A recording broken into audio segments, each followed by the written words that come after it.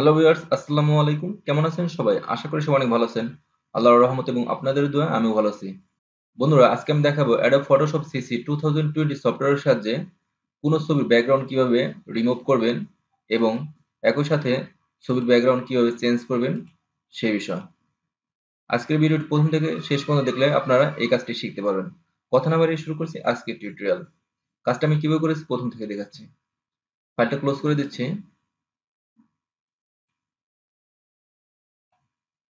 File, open. আমি ৩টি ছবি সিলেকশন করে ওপেন করছি।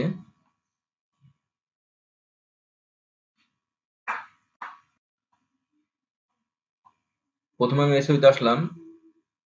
ব্যাকগ্রাউন্ড রিমুভ করার দুটি ওয়ে দেখাবো। প্রথমে আমি দেখাবো পেন টুল দিয়ে কিভাবে ব্যাকগ্রাউন্ড রিমুভ করবেন। তারপর আমি একটা এক্সটেনশন দিয়ে সেকেন্ড ওয়ে দেখাবো। প্রথমে আমি দেখাচ্ছি পেন টুল দিয়ে আপনারা কিভাবে ব্যাকগ্রাউন্ড রিমুভ করবেন। আমি টুলবার থেকে পেন টুল সিলেকশন করলাম। এই ছবিটা একটু জুম করি।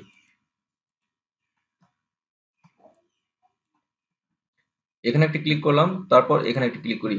আপনারা মাউস লেফট বাটন চেপে এই রেখাটাকে যে কোনো দিকে মুভ করতে পারবেন। তারপর এটাকে বলে anchor point. Alt key press করে এই অ্যাঙ্কার পয়েন্টটা ডিলিট করে দিতে পারবেন।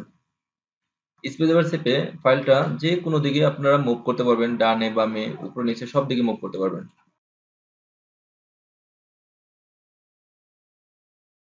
পেন টুলের সাহায্যে এভাবে একটু একটু করে সম্পূর্ণ ছবিটা ক্লিপিং পাথ করতে হবে। এখানে ক্লিক করে আপনারা যে কোনো দিকে ফাইলটা মুভ করতে পারবেন। মাউসের লেফট বাটন চেপে থাকা অবস্থায় আপনারা যে কোনো দিকে মুভ করতে পারবেন। অল্ট কি প্রেস করে আপনারা এই পয়েন্টটা ছোট করতে পারবেন, ডানে বামে সব দিকে মুভ করতে পারবেন। আমি পেন টুলের সাহায্যে ক্লিপিং পাথ করছি।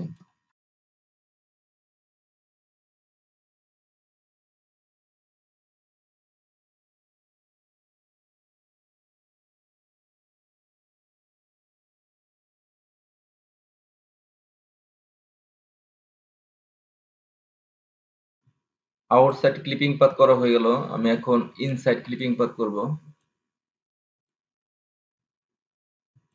এই দুটি অংশকে ইনসাইড বলে। এই দুটি অংশ ভিতরে সাইড, তার জন্য এটা ইনসাইড। আমি ইনসাইডকে ক্লিপিং পাথ করে নিচ্ছি। ইনসাইড অ্যাঙ্কার পয়েন্টটা ডিলিট করে দেই।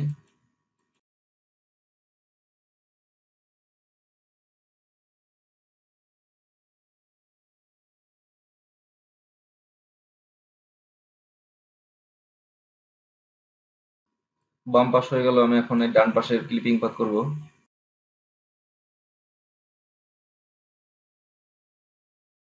একটু জুম আউট করি। কন্ট্রোল এন্টার প্রেস করে আমি পাথটা সিলেকশন করছি, কিন্তু আমার এই ইনসাইড গুলো সিলেকশন হচ্ছে না। একটু ব্যাকে যাই, কন্ট্রোল জেড। মাউস ড্র্যাগ করে এই পাথটা সিলেকশন করলাম। তারপর পাথ সিলেকশনটা ঠিক করে নিই। এক্সপ্লোডিং ওভারল্যাপিং শেপ সিলেক্ট করলাম। তারপর কন্ট্রোল এন্টার প্রেস করলাম।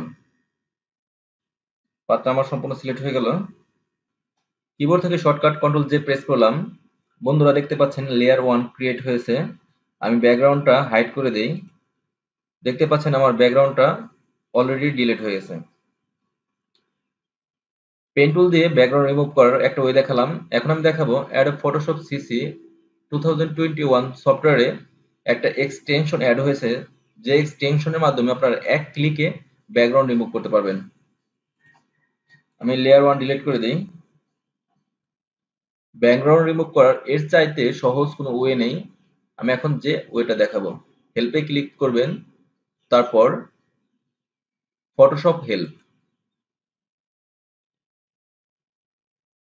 কুইক অ্যাকশনে ক্লিক করবেন,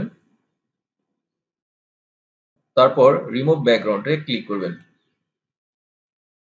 অ্যাপ্লাই।